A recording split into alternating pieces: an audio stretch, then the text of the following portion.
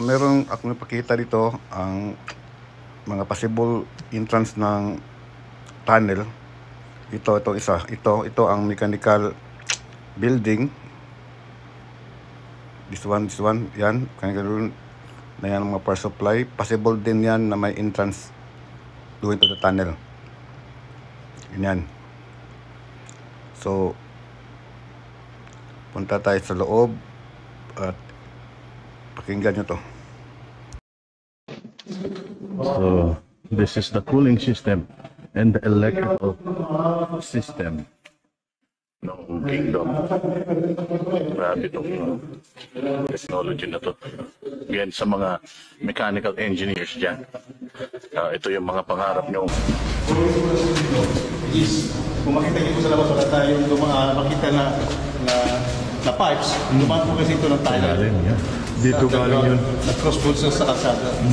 Padong po ng Kingdom. Kung makita niyo po sa labas, wala tayong makita na pipes. Dumaan po kasi ito ng tunnel. Dito galing yun. Nag-cross po sa kalsada. Padong po ng Kingdom.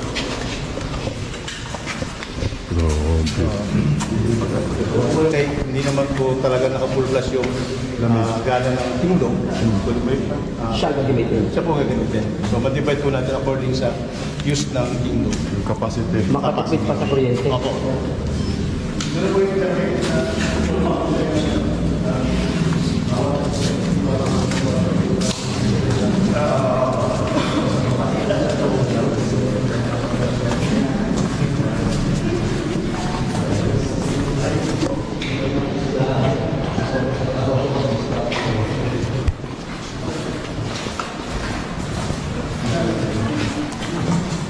Pa na naman. Yung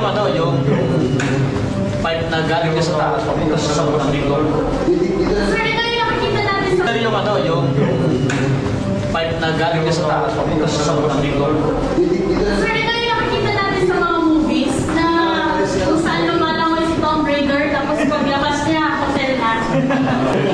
Ito yung... Makita niyo po yung mga cables.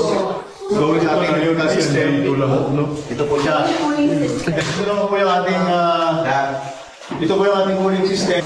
Mechanical building. Marami siyang pan. Dalawa na lang.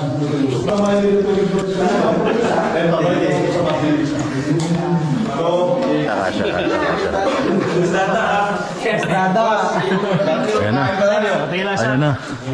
Gosh, grabe naman kayo. Grabe kayo sa aking aking musa. Pero ganyan Ganun nyo. Ito na yung mga tinatakasan ni Sylvester Stallone na pelikula Ano yun, Boss Dada? Yung ba yung Rambo? Oo. Ramborat.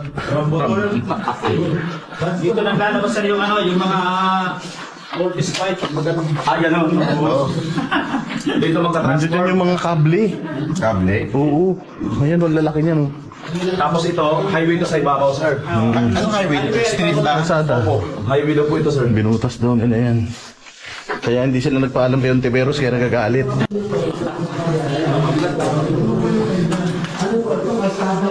Okay. Kingdom na po ito sa side. So, ito po yung pataas ng mga riser po ng mga pipes. Water, pati po yung mga cables. Mga electrical cables. So, ito po. Meron po dito, pero manual para sa maintenance na siya. Sabi, mahirapan si Dada. Ayaw ko na maglakad Ito po, magkamali ka lang ng isa dito. So, ito po, kanina po mga sana natin. Ito po yung nasa mechanical side tayo. Gusto nyo mag-brownout sa Pilipinas? Ayan. Sir, ayaw manila sa ating control panel. Ayaw manila sa ating nakawasap mas mahal pa daw yata ito. Isa rin sa bukas mo. Akala nga ni Sir, Hindi po silang Meralco dito. Ayan. Ang sariling Meralco. Ang tawag po dito. Power plant. Ang tawag po dito ay Pastor Ralco. Pastor Ralco. So, pag mag-trip off yung power ko, ito yung control niya. Automatic may mag-bling-bling dito. And aanahin niya agad. Re-reinforce niya agad. Parang anong ito? Backup. So, ito po yung wires natin Parang breaker. Oo. So yung equivalent po nito, 8 gensets, it can light the entire Davao City po. So, kung makikita niyo po 8, dahil po sa kalaki ng requirement ng air condition ng Kingdom, 4 po nito ay reserved para sa ating air condition lang. Ang 4 naman, para po sa kuryente, sa 16 bulb ba to? gamit niya. 16 bulb. So, ganun po kalaki yung ating HVAC system. That's why we have the biggest and the largest mechanical electrical building in the Philippines. Ito na yun, And dun po sa commissioning, kasi meron tayong transformer sa baba and those are powered by fuel. Test all of the electricity, all of the HVAC system na walang leaking before we can open the window.